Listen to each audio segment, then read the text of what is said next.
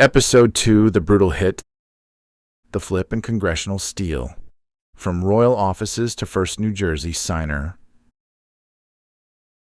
What's up, you magnificent bastards?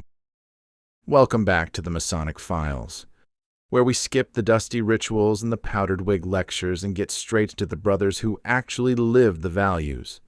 Brotherly love, relief, and truth, while building shit that lasts in the real world. This is episode 2 of our 4-part deep dive into Brother Richard Stockton, the tall, green-eyed Princeton lawyer who paid one of the heaviest personal prices of any signer. In episode 1, we watched the privileged Ashlar take shape.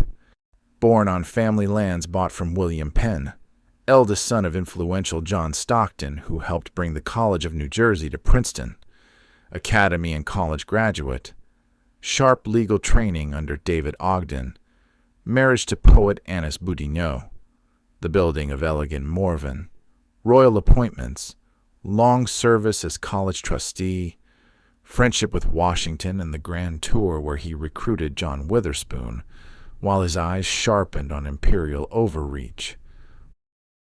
We also saw him help charter St. John's Lodge No. 1 and serve as its first worshipful master, the square guiding his courtroom work, the chisel refining the athletic well-born man, and the compasses beginning to draw boundaries around elite comforts. Now the imperial storm really breaks. British policies tighten like a noose. Stockton, the man who once held comfortable royal offices and valued order, starts measuring those grievances on a much larger scale. He resigns his posts, leans fully into the patriot cause, gets elected to Congress, becomes the first New Jersey man to sign the Declaration, and volunteers for a brutal inspection mission to the Northern Army. We're walking this flip slowly. No gloss, no hero worship. Just the messy human recalibration of a man who chose conviction over comfort while the world caught fire. By the late 1760s and early 1770s, Richard Stockton sat at the peak of colonial society. Morven was thriving. Elegant Georgian lines, expanding library, fine imported furnishings, and tables that hosted the colony's best conversations. Annis ran the household with sharp intellect and quiet strength, raising their 6 children while writing poetry that blended domestic warmth with growing patriotic fire. Stockton's legal practice boomed. He held royal appointments on the New Jersey Council and from 1774 a seat on the Supreme Court. He remained a long-time trustee of the College of New Jersey. Life was comfortable, very comfortable.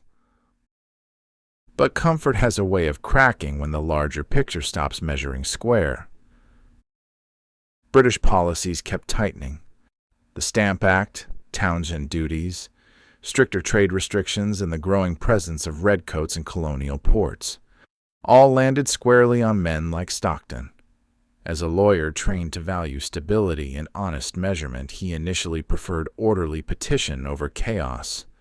Yet the same legal mind that once served the crown began spotting the deeper rot. Parliament's distant hand felt heavier with every new duty and regulation. The grand tour observations, polite addresses to King George III mixed with growing unease, echoed louder now. The grievances he had once measured in colonial courtrooms started applying to the empire itself. The shift wasn't a thunderbolt. They hardly ever are. It was gradual and deliberate. The kind of recalibration that happens when a man of privilege finally admits the system no longer serves justice. Stockton resigned his royal posts one by one. It cost him status and steady income, but it aligned him with the swelling patriot movement. Friends and colleagues watched with a mix of admiration and concern. Some thought he was throwing away a secure future. Others quietly respected the stand. By early 1776, the New Jersey Provincial Congress elected him as a delegate to the Second Continental Congress in Philadelphia. He would travel with his old acquaintance, Reverend John Witherspoon, the fiery Scottish divine he had helped recruit to lead the college years earlier. The two men set out together, riding through a violent thunderstorm that soaked them to the bone and turned the roads into rivers of mud. They arrived in Philadelphia exhausted but fully committed, and presumably free from cases of walking pneumonia. In addition to relatively healthy, they were likely sick to death of each other. Long, tough road trips for work will strain even the strongest of friendships, especially in an era before Bucky's, Loves, and Flying J. Stockton took his seat among New Jersey's delegates as the debates over independence reached their boiling point. The Continental Congress was a pressure cooker of egos, regional hatreds, and high-stakes arguments. They were absolutely at each other's throats from the opening bell.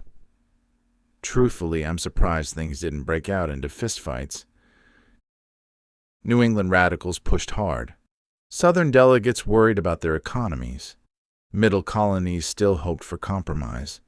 Stockton, the polished Princeton lawyer, brought a measured voice and practical legal mind. He listened carefully, spoke when it mattered, and helped bridge divides where he could.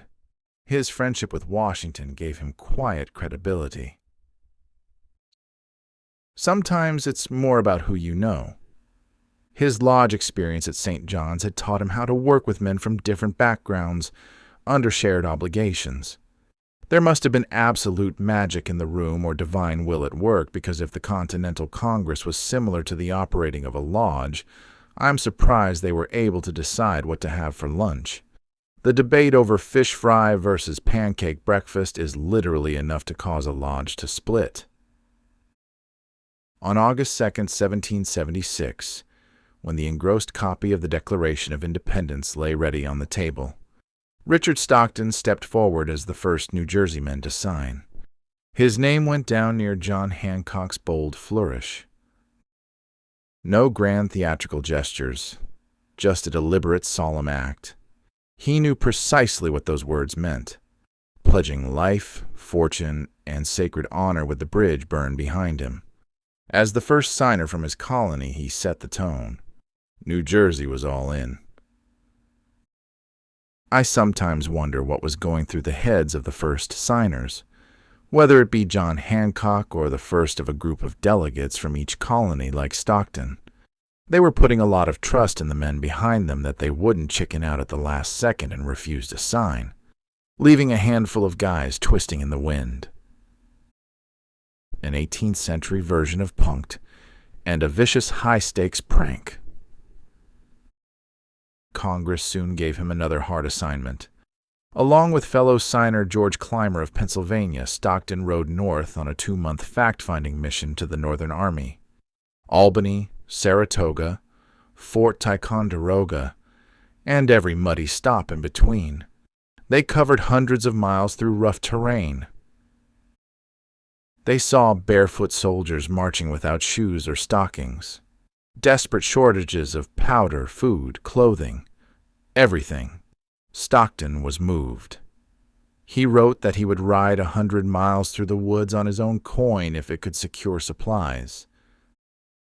The conditions shocked the polished lawyer, yet he threw himself into the work, contracting provisions where possible, recommending barracks and hospitals, reporting back with unflinching honesty. Back in New Jersey, offers came for bigger local roles. Governor, Chief Justice of the state Supreme Court. He turned them down. His place, he believed, remained in Congress, where he could contribute more directly to the larger fight. Annis held Morven together during the absences, managing the children and the estate while her poetry took on fiercer patriotic notes. Witherspoon rode and debated alongside Stockton, a fellow signer bound by both college ties and the new cause. Clymer shared the grueling northern roads and army assessments. Washington, the friend whose forces they inspected, gave the mission personal weight. Masonry operated quietly in the background.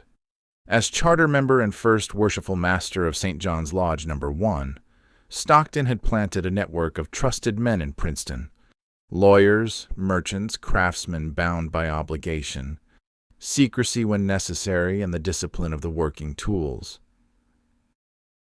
It wasn't theatrical ritual in these tense years. It was practical brotherhood.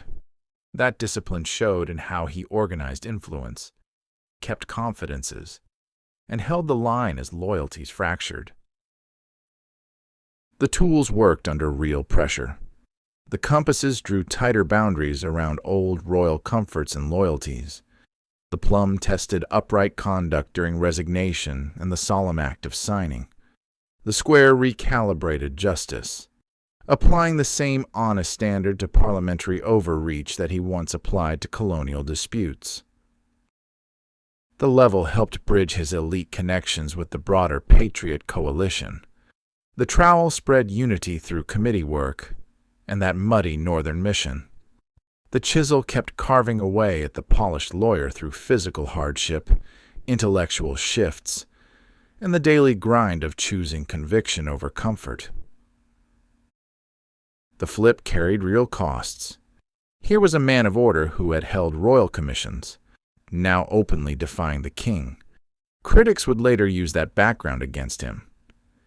Yet by mid-1776 he stood committed. Eloquent voice in Congress, willing inspector of desperate troops, first signer for New Jersey. Let it sink in. The elite attorney who once enjoyed Morven's fine tables and royal status deliberately resigned, rode through a howling thunderstorm with Witherspoon, put his name to the Declaration as New Jersey's first, and volunteered for a punishing northern journey where barefoot soldiers haunted his reports. He turned down governorship and chief justiceship to stay in the bigger fight. The working tools didn't make him perfect. They gave him steel to move forward anyway. Next episode, we reach the brutal hit. The British invasion of New Jersey. The nighttime betrayal and capture at the Covenhoven estate. The horrific Provost prison ordeal with irons, starvation, and disease. The controversial parole. The looting of Morven. And the immediate physical and reputational price of signing. This has been episode 2 of the Masonic Files on Brother Richard Stockton. The Brutal Hit series. The Flip and Congressional Steel. From royal offices to first New Jersey signer. Hit subscribe. Share this with your lodge brothers, your history buffs, or anyone staring down the choice between comfortable status and a larger call to principle.